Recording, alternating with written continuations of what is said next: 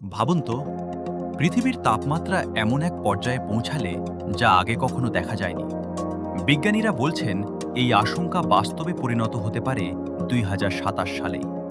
কারণ প্রশান্ত মহাসাগরে তৈরি হচ্ছে শক্তিশালী এক এল নিনো। যুক্তরাজ্যের আবহাওয়া দপ্তর সতর্ক করেছে এবারের এল নিনো স্মরণকালের সবচেয়ে শক্তিশালী রূপ নিতে পারে। বিশেষজ্ঞদের ভাষায় এমন তীব্র সংকেত এর আগে খুব কমই দেখা গেছে।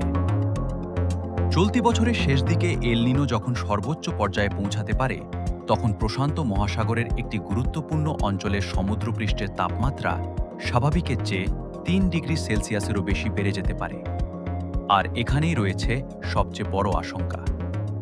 সমুদ্রের প্রায় ১০০ মিটার গভীরতাতেও কোথাও কোথাও স্বাভাবিকের চেয়ে ৮ ডিগ্রি সেলসিয়াস বেশি উষ্ণ পানি পাওয়া যাচ্ছে।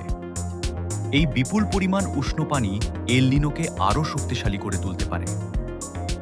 এল নিনো আসলে কি? এটি একটি প্রাকৃতিক জলবায়ু ঘটনা।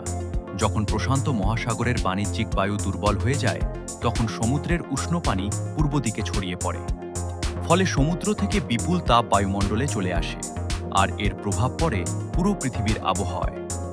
কোথাও দেখা দিতে পারে ভয়াবহ খরা ও দাবানল, আবার কোথাও বাড়তে পারে অতিবৃষ্টি ও বন্যার ঝুঁকি। কৃষিতেও পড়তে পারে বড় ধাক্কা। চাল, কফি ও কোকোর মতো পণ্যের উৎপাদন কমে গেলে বাড়তে পারে খাদ্যের দাম। তবে এখন সবচেয়ে গুরুত্বপূর্ণ প্রশ্ন, ২০২৭ সালেই কি ভাঙবে পৃথিবীর উষ্ণতার রেকর্ড? মানবসৃষ্ট জলবায়ু পরিবর্তনের কারণে পৃথিবী ইতোমধ্যেই আগের তুলনায় প্রায় ১.৪ ডিগ্রি সেলসিয়াস উষ্ণ। এর সঙ্গে যদি শক্তিশালী এল নিনো যোগ হয়, তাহলে পরিস্থিতি আরও ভয়াবহ হয়ে উঠতে পারে। বিজ্ঞানীদের পূর্বাভাস বলছে ২০২৭ সাল ২০২৪ সালের রেকর্ডকে ছাড়িয়ে বিশ্বের সবচেয়ে উষ্ণ বছর হয়ে উঠতে পারে। প্রশ্ন এখন একটাই, এটি কি শুধুই আরেকটি প্রাকৃতিক জলবায়ু ঘটনা, নাকি উষ্ণ হয়ে ওঠা পৃথিবীর জন্য একটি বড় সতর্কবার্তা?